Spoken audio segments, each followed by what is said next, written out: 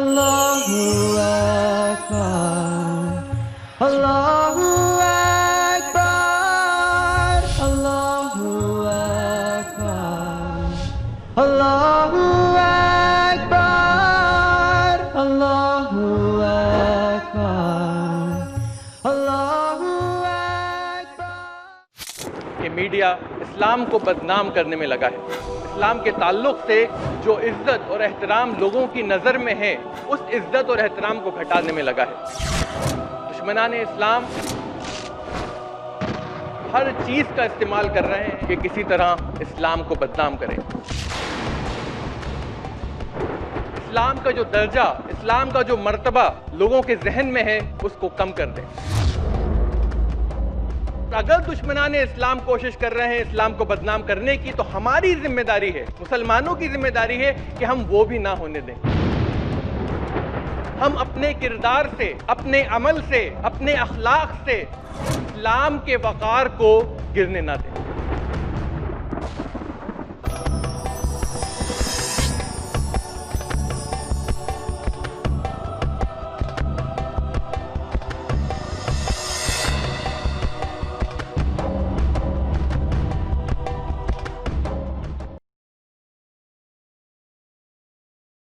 اور آج انسان کنٹینٹ پہ اتنا دھیان نہیں دیتا، مواد کے اوپر اتنا دھیان نہیں دیتا، اس بوتل کے اندر کیا ہے اس پہ اتنا دھیان نہیں دیتا، لیکن جو باہری خوبصورتی ہے وہ چیز آپ کے سامنے پیش کی جاتی ہے اور وہی چیز ہمیں پسند آتی ہے. کئی لوگ صرف اسے دیکھ کر ہی چیز کو خرید لیتے ہیں، انہیں ضرورت نہیں پڑتی کہ اندر کیا ہے یہ جاننے کے لیے.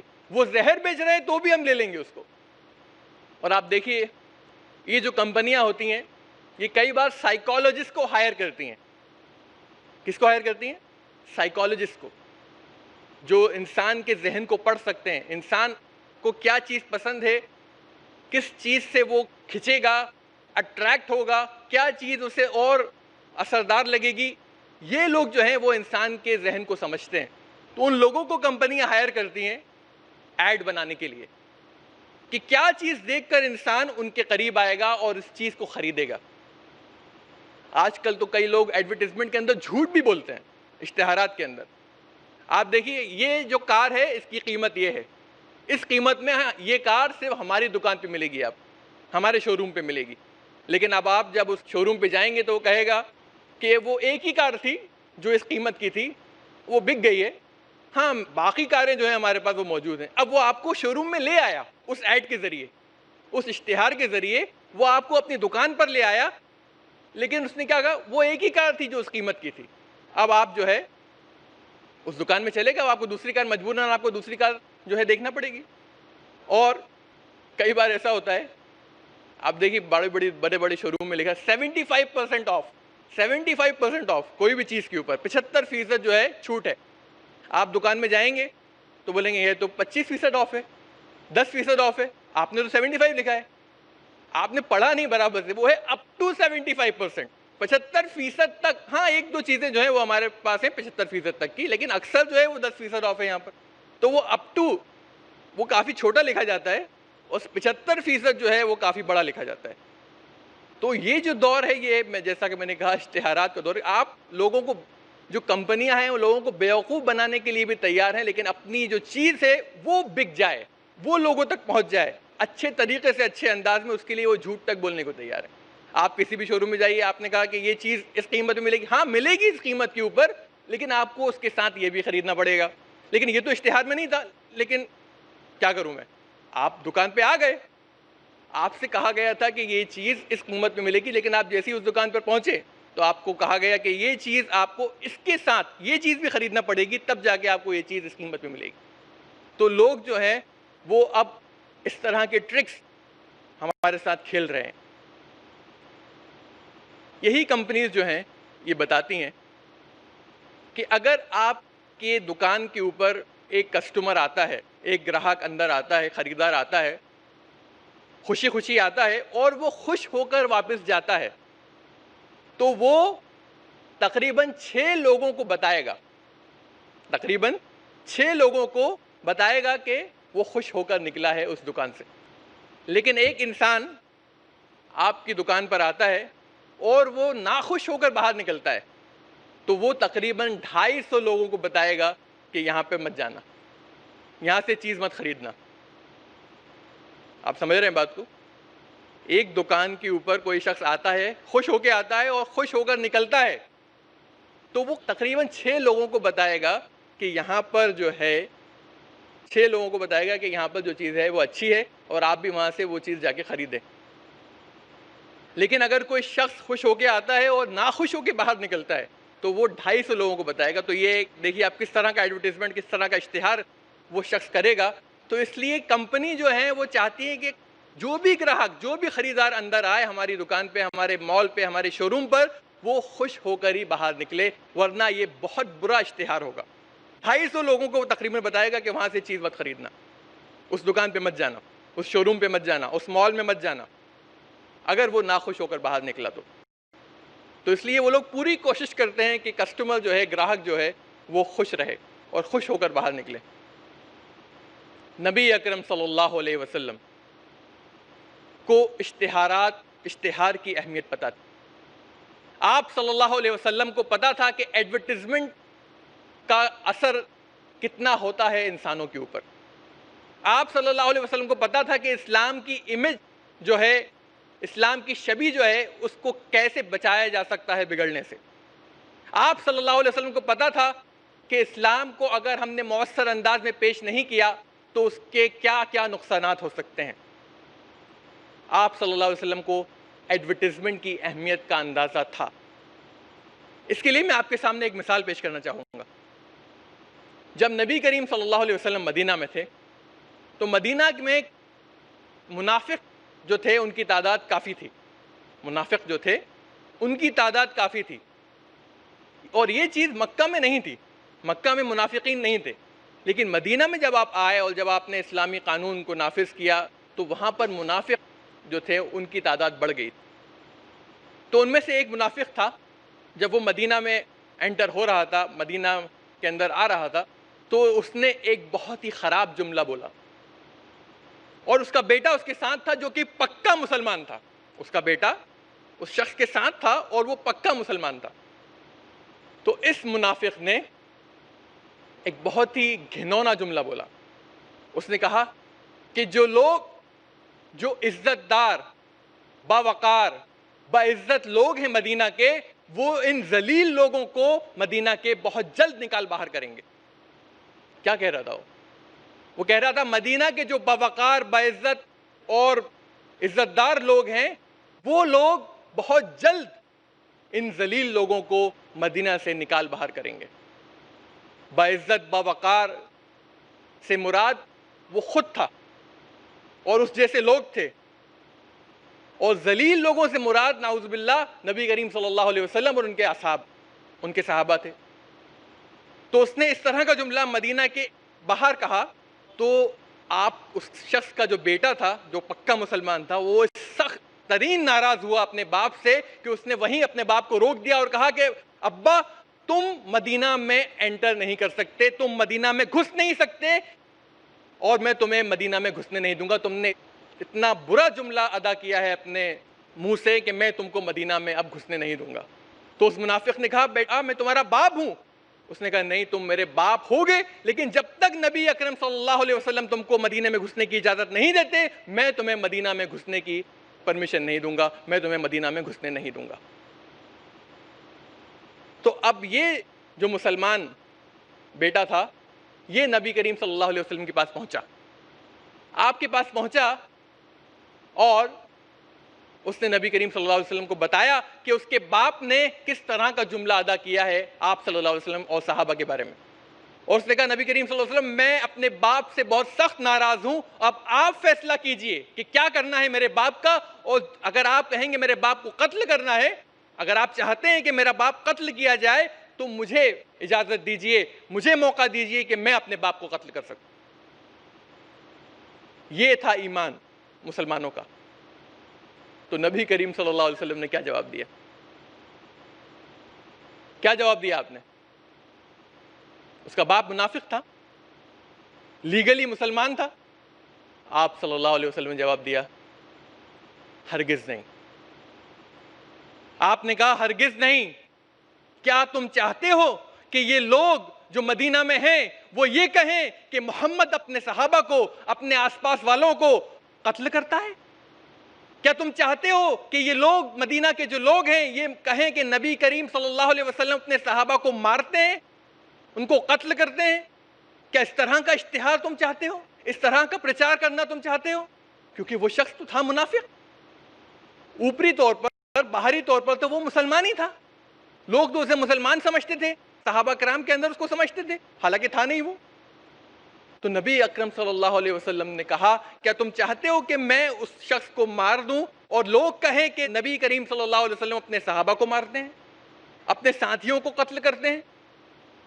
نبی کریم صلی اللہ علیہ وسلم نے کہا ہرگز نہیں، اس طرح کا میں اپنے دین کا پروپیگیشن، اپنے دین کا پرچار میں نہیں کر سکتا، اس طرح کا اشتہار میں اپنے دین کا نہیں کر سکتا، اس طرح کا اشتہار میں اپنا خود کا نہیں کر سکتا۔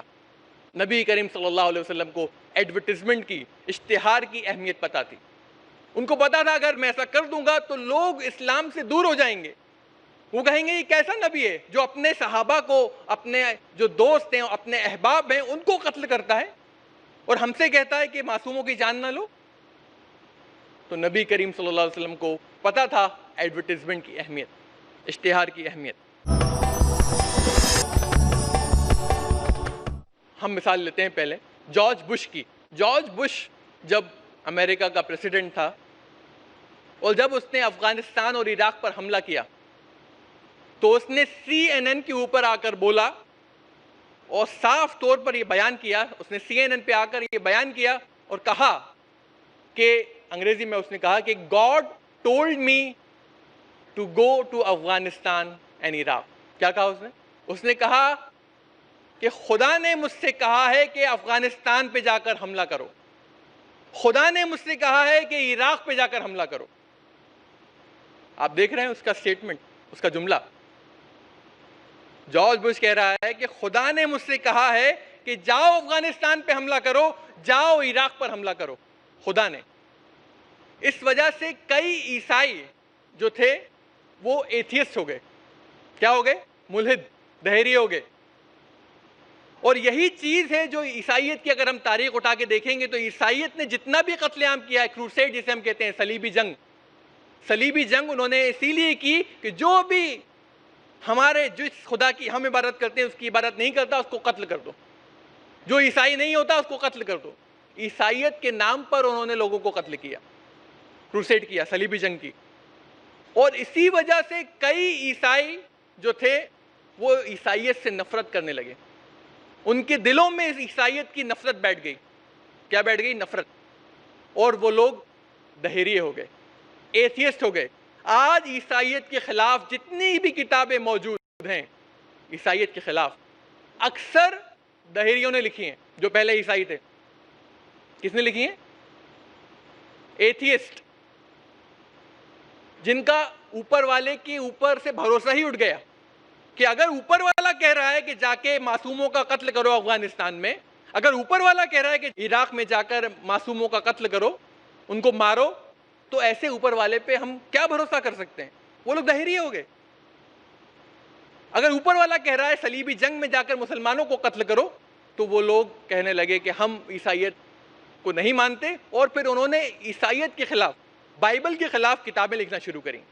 آپ دیکھیے عیسائیت کے خلاف اور بائبل کے خلاف سب سے زیادہ کتابیں اگر لکھی گئی ہیں تو وہ لکھی ہیں ایتھیسٹ نے، ملحدوں نے، دہریوں نے، جو پہلے عیسائی تھے، جن کو عیسائیت سے نفرت ہو گئی اس عمل کی وجہ سے۔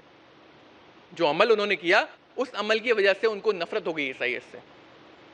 اسی طرح آج ہم دیکھتے ہیں کہ کچھ لوگ پلین میں اس لیے بیٹھتے ہیں جا کر کہ وہ پلین کو اڑا دیں، کچھ لوگ ٹرین میں اس لیے بیٹھتے ہیں جا کر کہ وہ ٹرین کو اڑا دیں، کچھ لوگ مذہب کے نام پر لوگوں کو قتل کر رہے ہیں، معصوموں کی جان لے رہے ہیں، اور پھر کہتے ہیں کہ مذہب نے ہمیں کہا ہے یہ سب کرنے کے لیے، معصوموں کی جان لینا۔ آپ معصوم کی جان لے رہے ہیں، کیوں لے رہے ہیں؟ ارے لیکن تم بھی تو معصوموں کی جان لے رہے ہو۔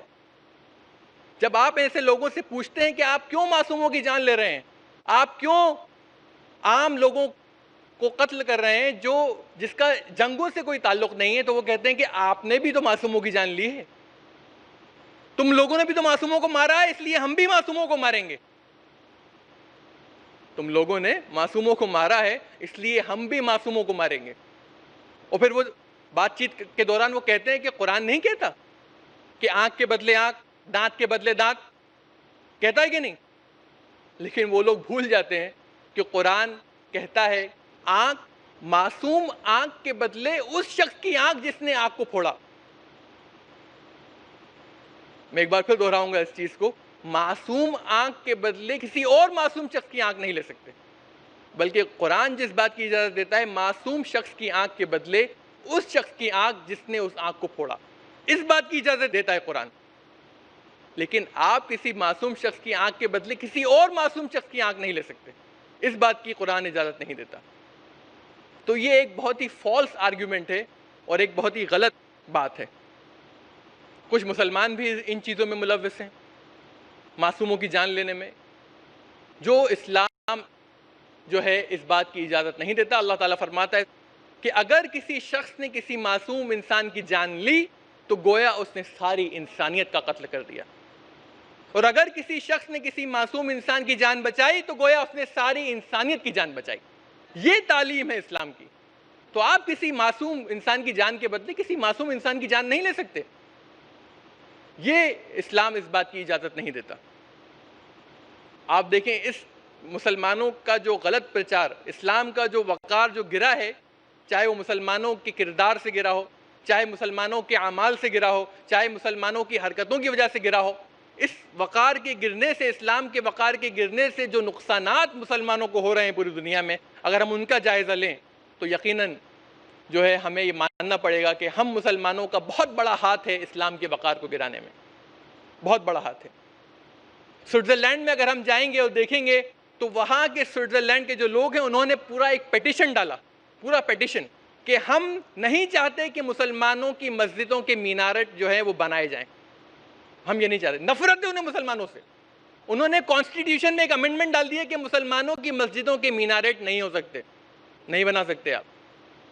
یہ چیز جو تھی اس کی وجہ سے سوئٹزرلینڈ کے اندر یہ امینڈمنٹ وہاں پر انہوں نے دے دیا، کیونکہ انہیں مسلمانوں سے اتنی نفرت ہے۔ جس طرح کا پرچار، جس طرح کا پروپیگیشن، جس طرح کا اشتہار مسلمان اور اسلام کے تعلق سے ہوا ہے، اس کا یہ اثر ہے۔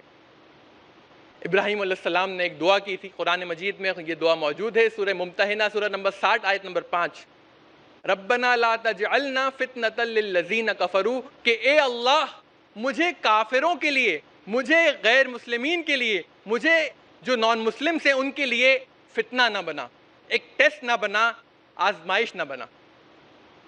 ابراہیم علیہ السلام دعا کریں اللہ تعالیٰ سے، اے اللہ مجھے نان مسلمز کے لیے، غیر مسلمین کے لیے مجھے فتنہ نہ بنا، مجھے آزمائش نہ بنا۔ ابن کثیر اس دعا کے اوپر کہتے ہیں کہ یہاں پر ابراہیم علیہ السلام یہ کہہ رہے ہیں کہ اے اللہ کہیں میری وجہ سے لوگ اسلام سے نفرت نہ کرنے لگے، اے اللہ مجھے اس جگہ پہ مت رکھنا کہ جہاں پر میری وجہ سے، میں جو ہوں اور میں جہاں ہوں اس وجہ سے غیر مسلمین اسلام سے نفرت کرنے لگے۔ ابراہیم علیہ السلام کی یہ دعا تھی کہ اللہ مجھے ایسا مت بنانا کہ لوگ میری وجہ سے اسلام سے نفرت کرنے لگے۔ اور یہی دعا، بالکل یہی دعا موسیٰ علیہ السلام نے بھی کی، سیم تقریباً یہی دعا تھی کہ اے اللہ ہمیں غیر مسلمین کے لیے فتنہ نہ بنا، کہیں ہم سبب نہ بن جائیں، کہیں ہم اس بات کا باعث نہ بن جائیں کہ لوگ اسلام سے ہماری وجہ سے نفرت کرنے لگیں، ہماری وجہ سے ان کے اندر اسلام کا جو وقار ہے وہ گر جائے، ہمارے کسی عمل کی وجہ سے، ہماری کسی حرکت کی وجہ سے کہیں ایسا نہ ہو جائے۔ تو یہ موسیٰ علیہ السلام اور ابراہیم علیہ السلام دعا کر رہے ہیں۔ لیکن مسلمان کیا کہتے ہیں؟ بھائی آپ کو اگر اسلام کو جاننا ہے تو آپ قرآن اور حدیث پڑھیے، مسلمانوں کو مت دیکھیے۔ اکثر ہم یہ دیکھتے ہیں کہ مسلمان اس طرح کا آرگیومنٹ دیتے ہیں اور کہتے ہیں کہ آپ کو اگر اسلام کو جاننا ہے تو آپ قرآن حدیث پڑھیے، آپ مسلمانوں کو مت دیکھیے۔ اسلام اچھا ہے، مسلمان اچھے نہیں ہیں، نہیں ہوں گے، اسلام تو اچھا ہے۔ یہ تو ایسی بات ہو گئی کہ دوا جو ہے وہ اچھی ہے لیکن مریض جو ہے وہ ٹھیک نہیں ہو رہا۔ دوا اچھی ہے، ارے کیسی اچھی دوا ہے جو مریض کو ٹھیک نہیں کر پا رہی؟ کیونکہ انہیں پتہ نہیں کہ مریض جو ہے یہ دوا کو برابر لے نہیں رہا ہے، یہ مریض جو ہے وہ دوا کو صحیح وقت پر کھا نہیں رہا ہے، یہ مریض جو ہے یہ اس دوا کی اہمیت بھی نہیں جان رہا ہے اور اس دوا کی وقت بھی نہیں سمجھ رہا ہے۔